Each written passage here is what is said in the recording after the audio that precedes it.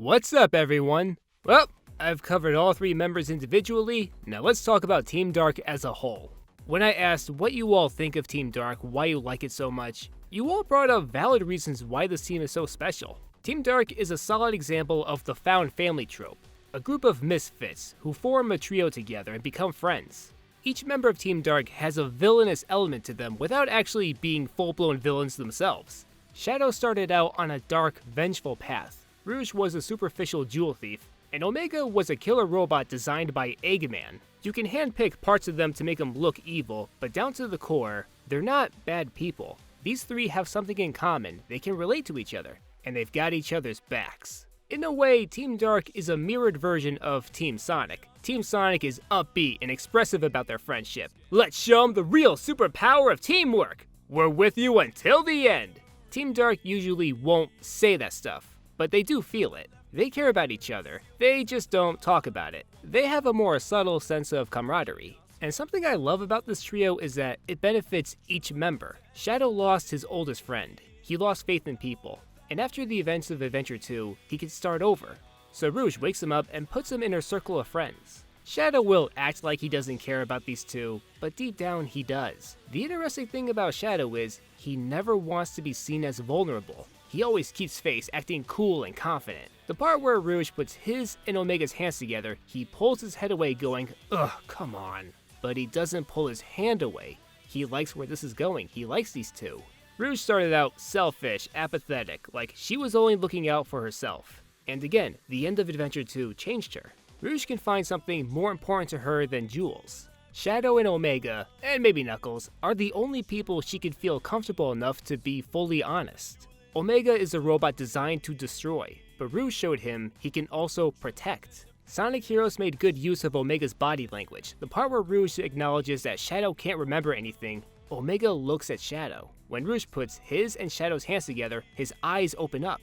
When Shadow looks at the destroyed android that looks like him, Omega looks at Shadow. He never says it, but Shadow and Rouge quickly grew on him. And cutscene-wise, I think Team Dark is the most balanced trio in the game. All three members say something before a boss fight. Omega will say something, Rouge will say something, Shadow will say something. For Team Sonic, it's mostly Sonic doing all the talking. Sonic Heroes made such a good first impression of Team Dark. All three were written to be three-dimensional, and without even saying that much. There are subtle details, like Rouge's ears will lower whenever she's sad. Omega comforts Rouge by telling her, well, if there are a bunch of clones of Shadow, then you need the original to make clones, so don't worry, he's out there somewhere. There's that quiet moment between those two lines. Rouge is done talking, and Omega thinks of something to say. Shadow is more vocal when it comes to Rouge and Omega. In Sonic Adventure 2, whenever he talked to someone, it was mostly for show, like he's trying to intimidate them. But in Heroes, we see the softer side of him. He banters with Rouge and Omega. He supports them. At the end of the story, he's joking with Rouge going, huh, some things never change, am I right? And before the Egg Albatross battle, he's telling Omega, alright, we're gonna kick his ass, then you'll have your revenge. Got it? Let's go! I know this isn't official, but it's worth mentioning. In Episode 8 of the fan-made sprite series Super Mario Bros. Z, Sonic asks Shadow, during a rage, why he's so fixated on Mecha Sonic, and Shadow thinks back to a fateful day, when his two friends were murdered by Mecha Sonic. His main motivation was to avenge his friends. Team Dark brings out the best in Shadow. It would have been nice if this trio wasn't Shadow the Hedgehog. Again, this should have been the main focus. Black Doom tries to persuade Shadow to give up on humans and be evil, and Rouge and Omega would fight that. They'd pull Shadow into the right path. And it would have been so cool to see Omega and Black Doom go head to head. Unknown alien entity, destroy! You are nothing but a machine. At least we have Shadow's story in Sonic 06, which, I stand by it, it is a good story. Yeah, I know, time travel paradoxes, but if the story is entertaining for the right reasons, then I can forgive plot holes. I think everyone agrees, Team Dark was at its best in Sonic 06, writing-wise.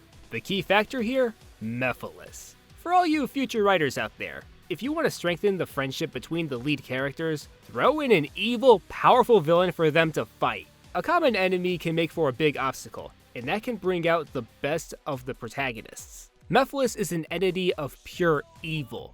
He wants to bring out the worst in people, make horrible decisions, bring out the inner demon. That's what makes him a brilliant test for the loyalty and friendship between these three. He shows Shadow that the entire world will turn on him. They'll betray him. They'll blame him for Iblis and lock him up. He tries to persuade Shadow to join him, get his revenge. But Shadow is done with revenge. He's not like that. Mephiles gleefully hints to Omega that he'll be the one who puts Shadow away. Omega does the right thing and tells Shadow the truth. And Shadow still trusts Omega. He doesn't kick him out. Omega, you're gonna betray me? That's it, you're out of here. I don't want to see you again.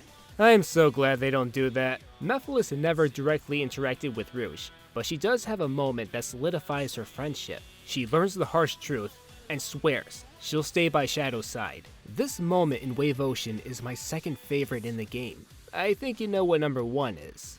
I love how Mephiles gets stronger as Shadow becomes stronger because his friends are there. Mephiles chronologically meets Shadow for the first time when he has no form, and Shadow is there alone. The second time Mephiles sees him, he's in his basic form, and Rouge is there with Shadow. When Mephiles powers up into his crystal form, Omega is there. In Dusty Desert, Shadow has Rouge and Omega, both his friends.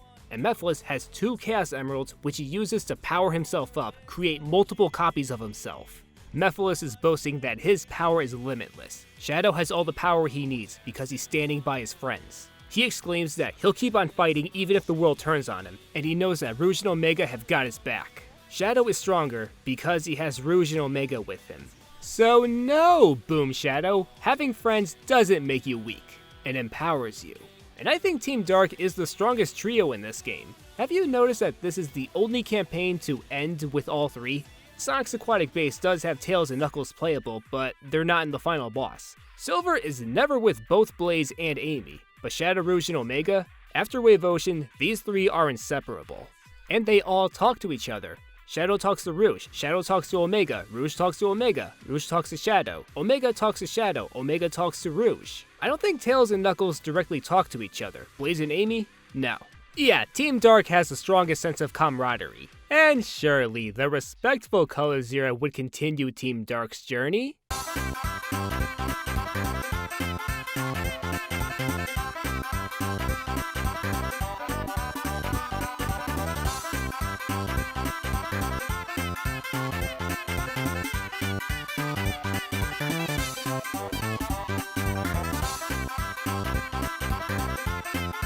I have no idea what Sonic Team's gonna do with Team Dark. There was a hint of them coming back in forces, and we need more than that. Team Dark has something special. They're the most relatable group of friends in the franchise. Not every kid is extroverted. Not every kid goes to parties. Not every kid hangs out with everyone in the neighborhood. Some are quiet. Some try to get over the mistakes they've made in the past. They need someone they can connect with. You need to find someone who is like you. Form friends with them, because no one else gets you like they do. That's what Team Dark means to me, and that's why I love them. What do you think about Team Dark? Comment below, and please like and subscribe. Thanks for watching, till next time!